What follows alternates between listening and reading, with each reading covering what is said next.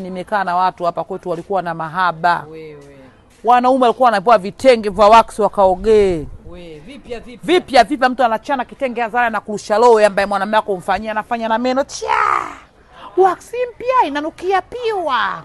Linavishwa mbaba kiunoni ngaa. Baba linatimba na ile wax mpaka inachanika anapewa nyingine.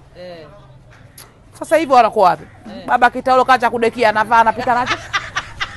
Chooni chobwa. Si tena jamani wax hamna. Mapenzi yameisha. Taulo kama upala, kama hapa kama shavu, taulo kama upala.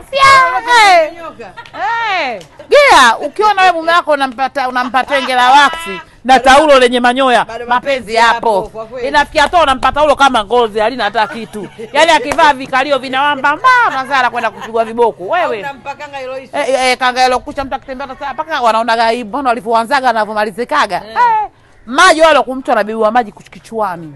Anashushiwa pamoja ndo chola watu wengi lakini anashushiwa afu anakiwa jiwe. Yaani zamu yake kuingia. Mapenzi yavokwisha. Baba kana kokota Inakuaje baadaye wanakutoka maungoni. Wanaume wanakutoka wanalala nje.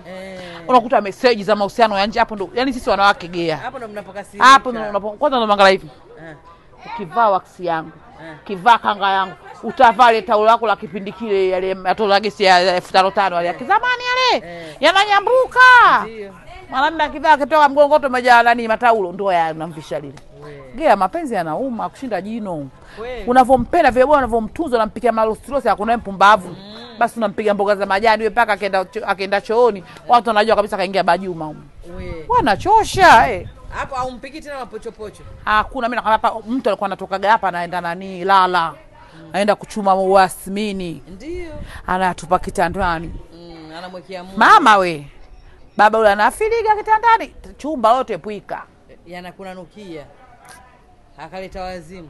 Hivi miudi ya mbu. Baba anakazana pale. Ndio chumba mitano miudi ya mbu.